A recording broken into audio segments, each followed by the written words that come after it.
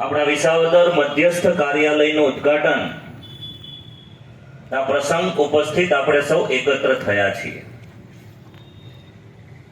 એક સમય એવો હતો હિન્દુસ્તાનમાં કે રાજાની પટરાણી પણ એના કુખેથી જે દીકરો પેદા થતો હતો એ રાજા બનતો હતો અને હવે રાજા મતપેટીમાંથી પેદા થાય। આજે આપણા વિસાવદર મધ્યસ્થ કાર્યાલયનું ઉદ્ઘાટન આ પ્રસંગ ઉપસ્થિત આપણે સૌ એકત્ર થયા છીએ। એક સમય એવો હતો હિન્દુસ્તાનમાં કે રાજાની પટરાણી પણ એના કુખેથી જે દીકરો પેદા થતો હતો એ રાજા બનતો હતો અને હવે રાજા મતપેટીમાંથી પેદા થાય।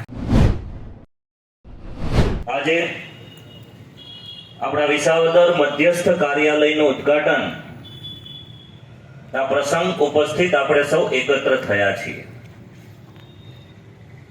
એક સમય એવો હતો હિન્દુસ્તાનમાં કે રાજાની પટરાણી પણ એના કુખેથી જે દીકરો પેદા થતો હતો એ રાજા બનતો હતો અને હવે રાજા મતપેટીમાંથી પેદા થાય।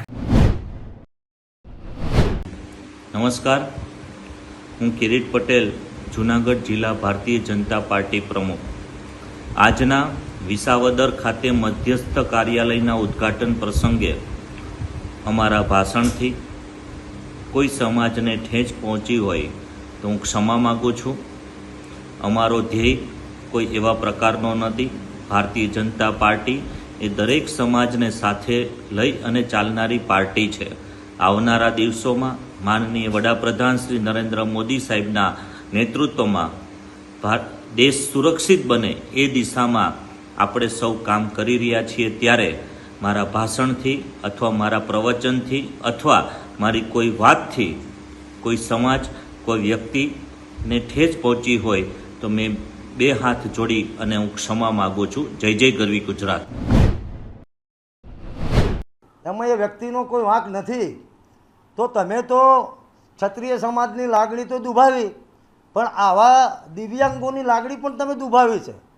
એટલે મારા દિવ્યાંગ ભાઈ બહેનો આ વાતને અત્યારે સાંભળતા છે, એમને પણ દુઃખ છે અને અમને પણ દુઃખ છે। તો શું તમે કિરીટ પટેલ ઉપર કોઈ પગલાં લેવા માગો છો? એક બાજુ તમે એમ કહો છો કે ભૂલ થઈ રૂપાલાજીથી, ક્ષમા વિરેશ્ય ભૂષણમ, તો અત્યારે એમ કહેશો ક્ષમા વિરેશ્ય ભૂષણમ? તો અમે એવું સમજીએ કે તમારી રણનીતિના તહત એક ભાગરૂપે તમે જુદા જુદા આગેવાનોને બ્રીફ આપી દો છો કે સતત ક્ષત્રિય સમાજનું અપમાન કરો, ક્ષત્રિય સમાજની માનહાનિ કરો। આવા નિવેદનોથી અમારો સમાજનો યુવાન ભાઈ બહેનો આક્રોશિત છે।